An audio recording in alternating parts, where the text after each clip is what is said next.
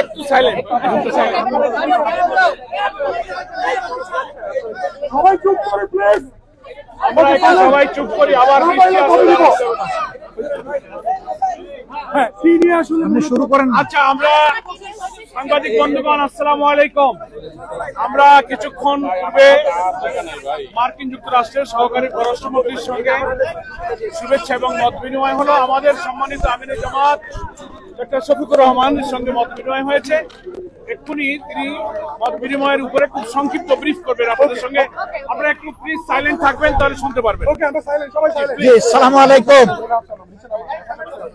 আপনারা ইতিমধ্যেই জেনেছেন মিডিয়ার মাধ্যমে এবং এখানে এসেও জেনেছেন যে আমেরিকার দুইজন ডেপুটি অ্যাসিস্ট্যান্ট ফরেন সেক্রেটারি আজকে আমাদের দেশ ভিজিট করছেন।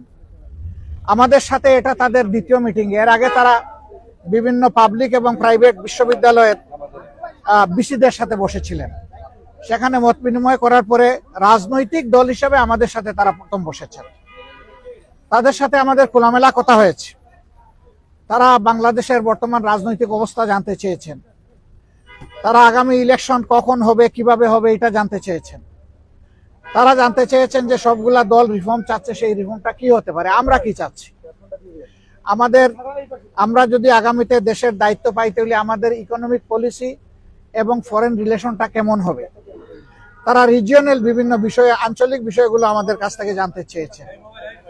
আমরা এই সমস্ত বিষয়ে তাদের সাথে খোলামেলা কথা বলেছি। তারা মাইনরিটি ইস্যু নিয়ে কথা বলেছেন। তারা এখানে ওমেন্সদের রাইটস নিয়ে কথা বলেছেন। তারা লেবার রাইটস নিয়ে কথা বলেছেন। আমরা এই সবগুলা বিষয়ে তাদের সাথে কনভারসেশন করেছি। এর পাশাপাশি আমরা তাদেরকে অনুরোধ করেছি যে আমাদের দেশ এখন একটা ক্রিটিক্যাল জাংচারে আছে, একটা ক্রুশিয়াল টাইম পাস করছে। এই সময় আমেরিকার পক্ষ থেকে 37% যে ট্যারিফ ইম্পোজ করা হয়েছে, এটা যেন তারা পুনর্বিবেচনা করেন এবং আমরা অনুরোধ করেছি আমাদের এই অনুরোধ তারা যেন পৌঁছে দেন। আমরা জানি ইতিমধ্যে আমাদের সরকারের পক্ষ থেকে একই অনুরোধ ফরমাল চিঠির মাধ্যমে জানানো হয়েছে। আমরা আশা করি যে তারা এইটুকু উপলব্ধি করে আমাদেরকে সহযোগিতা করবেন এবং আমরা কমিটমেন্ট বলেছি যে অলরেডি আমরা ডেমোক্রেটিক নর্মসের উপরে কমিটমেন্ট। আমরা আমাদের দলের ভিতরে গণতন্ত্র চর্চা করি এবং আমরা একই গণতন্ত্রের চর্চা করতে চাই। এর জন্য আমাদের যা করণীয় তাই আমরা করব। উদাহরণস্বরূপ আমরা বলেছি যে প্রত্যেকটা ক্রেডিবল ইলেকশনে আমরা অংশগ্রহণ করেছি, কম হোক বেশি হোক সংসদের ভিতরে আমাদের সংসদ সদস্য ছিলেন। At the same time election যখন বাংলাদেশে একবার মৃতপ্রায় হয়ে গিয়েছিল এরশাদ সাহেবের সময়, তখনকার আমির অধ্যাপক গুলাম আজম সাহেবই ইলেকশনকে জীবন ফিরিয়ে দিয়েছিলেন কেয়ারটেকার সরকারের ফর্মুলা প্রস্তাবনার মাধ্যমে, যেটা পরবর্তী পর্যায়ে বাংলাদেশের সংবিধানে অন্তর্ভুক্ত হয়েছিল। কিন্তু দুঃখজনকভাবে আওয়ামী লীগ এসে দলীয় স্বার্থে এটাকে সংবিধান থেকে নির্বাসনে পাঠিয়ে দিয়েছিল। এখন আবার সারা জাতি এটি চাচ্ছে এবং আশা করি আমরা এটা আবার পুনঃপ্রতিষ্ঠিত হবে। আমরা আগামী নির্বাচনটা পিয়ার ভিত্তিতে করতে চাই, যেটা ইতিমধ্যেই আমরা বলেছি, আপনারা জানেন। কেন চাই সেটাও আমরা বলেছি, আপনারা জানেন, নতুন করে বলার দরকার নেই। তারা শুধু এতটুকু জানতে চেয়েছেন যে আমরা কখন এই নির্বাচনটা অনুষ্ঠান দেখতে চাচ্ছি। আমরা বলছি যে সরকারের প্রধান উপদেষ্টা বলেছেন যে তিনি এই বছরের ডিসেম্বর অথবা আগামী বছরের জুনের মধ্যে ইলেকশন দেবেন।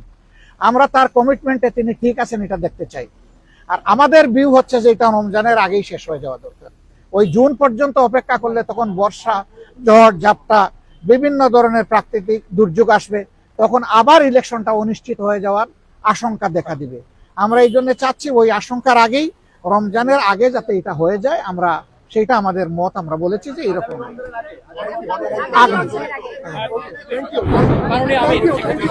আগামী রমজান না, আগামী রমজান শুধু না, আগামী প্রথম রমজান। আগামী অনেক রমজান আসবে, তবে আগামী প্রথম রমজানের সব ইস্যু আমরা বলেছি যে যাতে ট্রমাটাইজড, এখনো হাসপাতালের বেডে অনেকে পড়ে আছে, এখনো শহীদের মারা, সন্তানরা, স্ত্রীরা কান্নাকাটি করে,